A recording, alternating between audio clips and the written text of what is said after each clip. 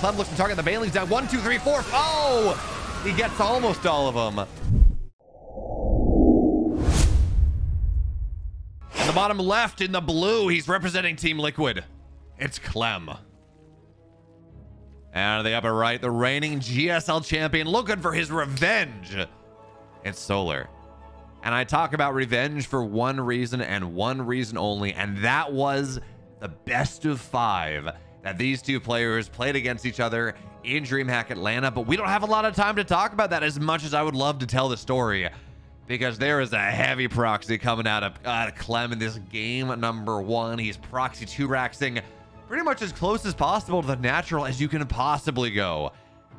And at the start, Solar's not doing any sort of counterplay to this. Not really. He's not going and building a 1-15 pool or something. 15-15. This is a 16 hatch.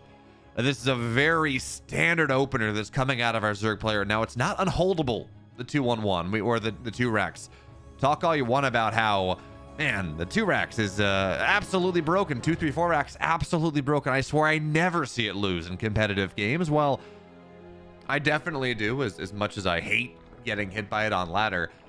It's definitely holdable. The trick, though, is you want to identify what's happening as quick as possible. And Solar, this 2 racks position is one that I don't think I've seen used at the pro level for a while. Actually, we haven't seen a lot of 2 racks recently, so that's fair. But Solar's he could go send his Overlord right side and hope to scout it, but then he would miss the middle. So what he's doing here is he's just kind of cutting. He's cutting the middle. This Overlord will never scout anything particularly quickly, but it will scout everything that's running into the natural. So that it very much is something. Solar tries to keep an eye on what's happening, and I love the fake here, by the way. Bunkers are going to go down now. Clem makes it look like, yeah, absolutely, he's not doing anything weird, but there goes the bunker down right now. Drones have to get pulled on top of this. But at this point, well, it's actually too late to pull the drones. Lings are on the way. Yes, they are, absolutely. But it's going to take more than that. In fact, yeah, this natural is dead. We're getting the... Oh! We're getting the lair. This is cool. Okay, so Queen's going to get made as early as possible. We got Lings on the way, but this natural, this is going to get fully walled off. There is nothing really that Solar can do about it. The natural is slowly but surely. The natural will fall. But Solar's going one level deeper. So generally when we see a player like Dark, for example, he's going to go and he's going to try to defend against this. As this Queen tries to run away, Lings are going to have to buffer for it a little bit up the ramp, and Marines say, yeah, it's not worth it. We're going to get the hatch. That's fine. When we see players like Dark go for this, they're going to go double. They drop double gas immediately. If the bunker's already up, and then you have to go for that. You drop double gas immediately. You get a Roach Warren, and then you try to run across the map and do something, and either you win or you lose. We have a lair just about done at the 3-minute mark. Roaches are getting made, running back ways as far as they can because they only want to fight at critical mass. But I think we're going to see a Nidus Worm here, and I think we're going to see Solar immediately. Yep, there we go. Nidus goes down. Immediate counter pressure onto the other side of the map, and because it's in the main base, there is nothing that Clem can do to scout this easily. He can deputize his barracks. He can float that over. But by the time that's happening, this Nidus will be on the map. It'll be in the main base, maybe. And that's just not good. So look at what I love what Solar's doing here. And it's all in trickery. He's running down the ramp. He's flirting with this idea of breaking Clem. And it's even worse losing half damage on a Roach or two, because first of all, you might have enough energy to turn him into Ravagers. But more importantly than that, he wants to sell this idea that he's not doing anything untowards, that he's going to try to go for the break and then do whatever it is he would do anyways. But no, the Nidus is here now. It's ready, and Clem has no idea. He didn't have any sort of idea that this was happening. You know, a couple of Marines have run home, but there is nothing to defend against this. That is the good majority of the army. What is that, like 8 Marines in the main base? So the reactor is going to go down very, very quickly. Clem desperately running home, but he's going to have to try to break his own base. That's the problem. He's going to have to try to run up a ramp against a bunch of Roaches, and a Queen creep now is going to start to get spread. And yeah, there's a Liberator that's going to get made, and that might be something. Sure, okay, fine.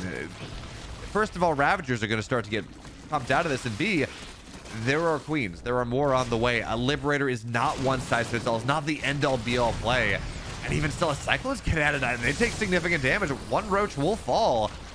But I mean, look at the situation right now. The high ground is not, the main base is not Clem's friend. In fact, Clem, oh man, this Liberator might not even get out. He's gonna try to target it down.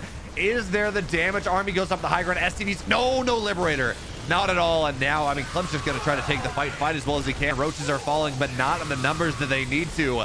And Clem's 2-Rax gets thrown right back in his face. Yeah, Cyclone pops out. It's dead. It's gonna get the Ravager. That's fantastic. It's dead. Clem, he falls. Solar takes game 1. Bottom left down a map on the map that has consistently given us some of the best games in this entire pool. He's Clem. It's Alcyone. Upper right in the red. He's up 1. It's Solar. Who said one base Zerg wasn't good? Who said one base Zerg wasn't viable? I mean, I certainly did on many occasions, but in this case, when you get 2-Raxed and you're able to identify what's happening quickly enough and you're able to adapt it to what's happening quickly enough, it's actually pretty good. It works out really nicely for you.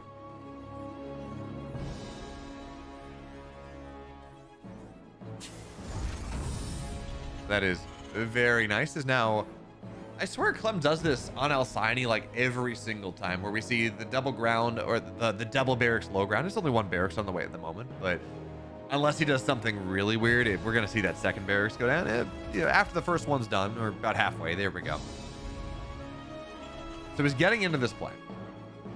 He's opting into this style, and I'm going to be honest, I don't quite know where things are going for. I don't quite know why Terrans are still going for this. Because I at this point, it feels like a solved idea.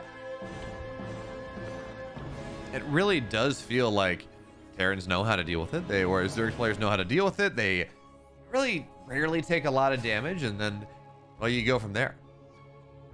Although, as we talk about that, I've certainly seen games where Yun has gone and gotten significant damage. I've definitely seen games where Clem has gotten significant damage.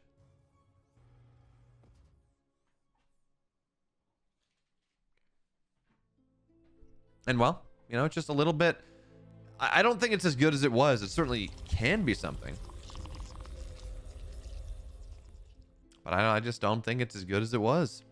So for now, third base on the way for Solar, as we would expect. And Clem, he's not quite active with things, not just yet. Again, he's going and moving and looking.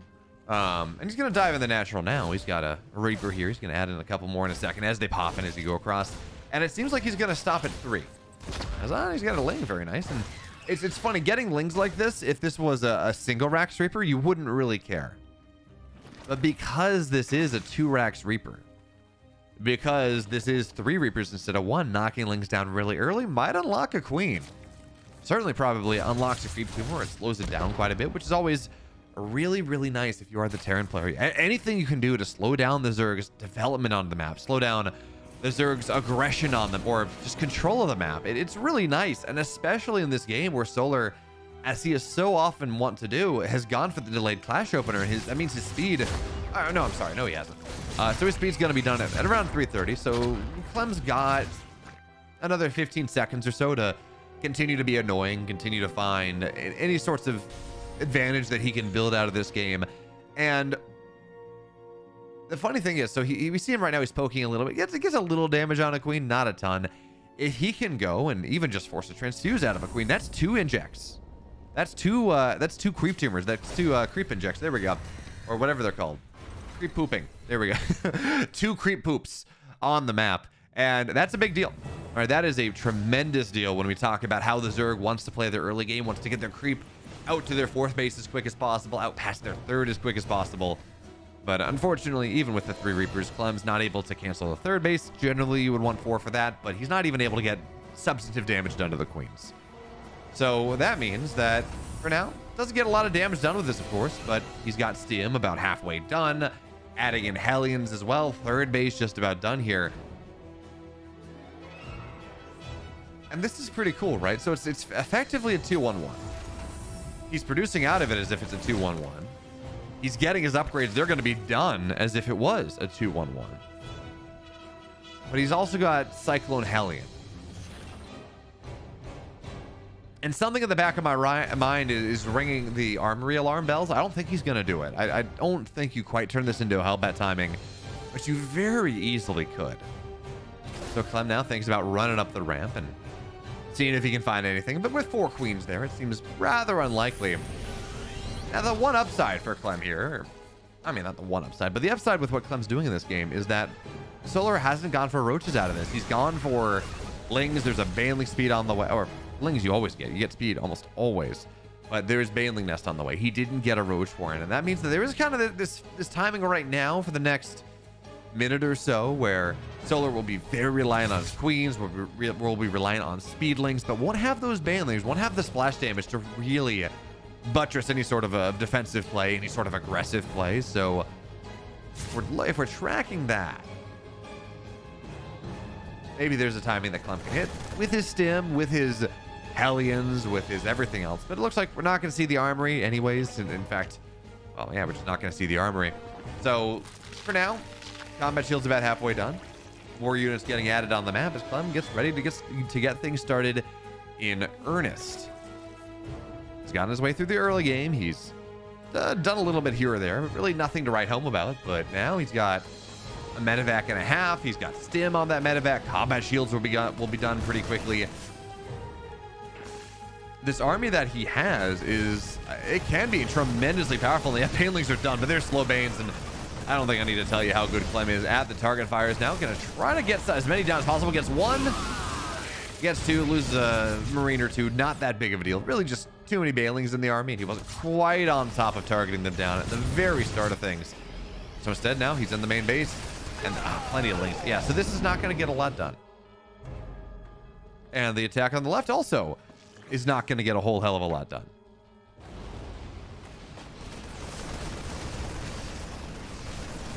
That means that Clem is, you know, he's looking for as much as he can find, but it seems like he's really struggling to accomplish what he would like from these drops. Although, in fairness, it's crazy. We watch these games, and so we watch these games, right? And we see that, yes, Clem is doing, or the Terran player is doing this thing. He's multi-pronging, he's harassing, and he's not really getting a lot done. He's poking a little bit, gets a drone here, gets a drone there, and then all of a sudden it cracks open and 30 workers are dead, and it's maybe a dead base. It's like, oh, wow. Things have happened.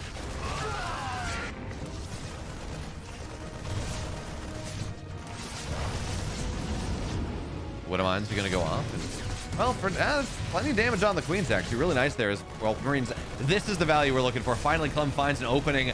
Drones are going to get pulled away, but in the meantime, 5 workers go down, and into the main base he's going to go, and this is what we're talking about.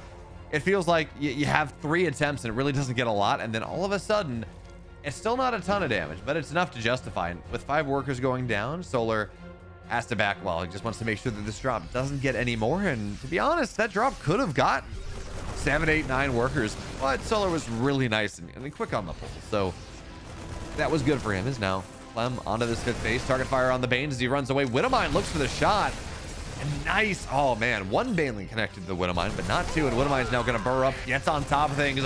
On top, no, Banelings get it in time. Last second target fire. Now the drop on the right side. Seems like Solar's going to be able to handle that one for the most part. Medevac has to run away on the left side. Clem looks to target the Banelings down. 1, 2, 3, 4. Oh! He gets almost all of them. Last one. Oh, that's a good Widowmine. Last one, though, doesn't quite. Last one gets a decent connection, and it does force Clem to pick up, to fight again somewhere else, to move forward. But he's still on this 5th base. Reinforcements continue to try to get on top of it, and this is where Clem gets scary. But friendly fire on the bio makes it hard. Friendly fire on the bio makes it pretty dang difficult. So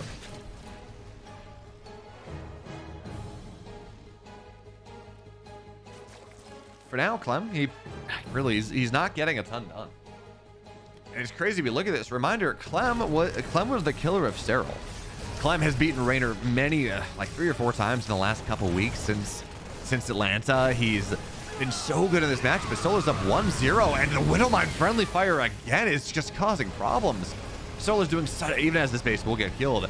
Solar's doing such a good job of targeting it down, or of dragging the Widowmine onto Clem. Is such a good job of preventing any sort of snowball that Clem might look to find. So Solar, he's up in supply by a pretty serious margin right now. both in army supply and in workers. And I don't know whether this is just because maybe it's not too early for Clem. When they played this, it was like 2 in the afternoon for Clem. It should be fine.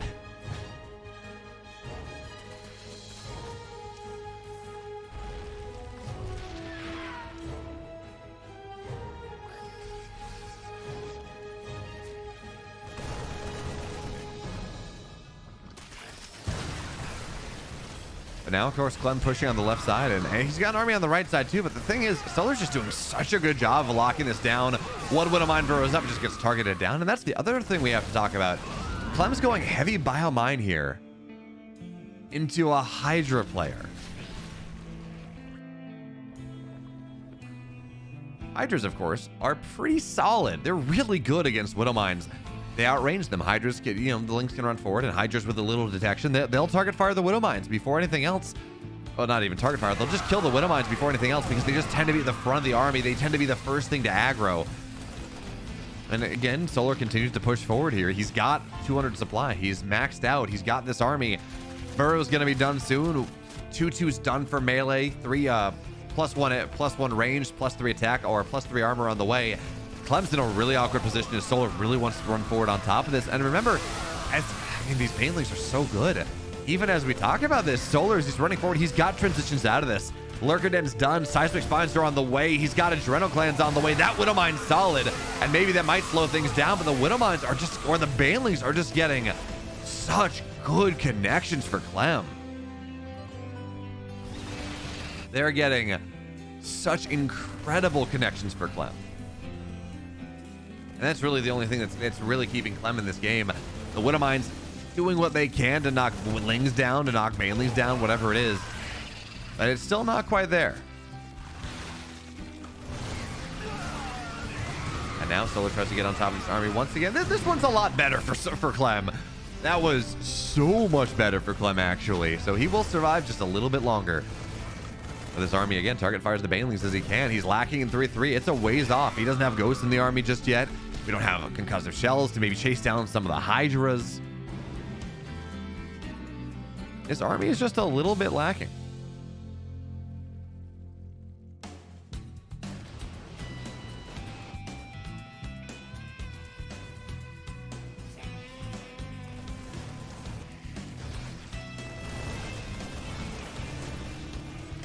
Now Clem tries to, oh, he's gonna get this base very, oh, is he? Yeah, Clem, there we go.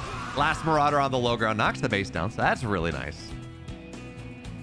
We're starting to find something. Clem had that really good fight around the Xel'Naga Tower. Such a nice job of making sure he didn't take too much damage. And then, well, he gets the 5th base. He shuts that down. Solar on the right side is getting more. But there's a reason that I've been saying that I think Alcyone has given us, well, it's a very easy reason. There's a reason that I think Alcyone's been giving us some of the best games. The Lurkers are now going to show up in the main base, and while there are ghosts on, oh, this is such a horrible Sim City. And hold that thought, because Solar looks like he's breaking Clem right now. Lurkers in the main base doing so much. Bailey's making it hard to run away, although they're going to get target fired at the end. Nice blinding cloud, though, just so much more value. A second Nidus pops out of the main base. Bio's going to try to deal with this. Another Lurker's there. And then, oh, the Nidus network is still there. I think Clem might have just died. I thought this game was going to go later, so we started talking about the meta story. But Clem is dead, I think. Solar's maxed out. Clem is supply blocked at 154. Ghosts are going down to the Lurkers. +1's done for the Lurkers. They have Seismic Spines. The 3rd base gets broken for Clem as well. I mean, everything's going to get pulled on the left side. Bio finally gets on top of these units, but it's going to be a dead planetary at the same time. And the Lurkers are not that important. They are. They're expensive. But if you get that kind of trade over and over again, who the hell cares? Who the hell cares? Because Clem at this point, he's only on 3 bases. He's only got 3 orbitals. Solar's got another Nidus going up somewhere. There's a bunch of Banelings get canceled on the right side. Pretty nice. And now Widowmine's friendly fire once again. Gets a couple lings, but not a ton. And this base, it will not, absolutely won't stay up. In fact, Solar might target it down. I don't know that it matters. We're done. Okay, that was a very quick GG call. Clem's dead. We got out of game very quickly, but Clem falls here. Solar is the one moving on to the playoffs.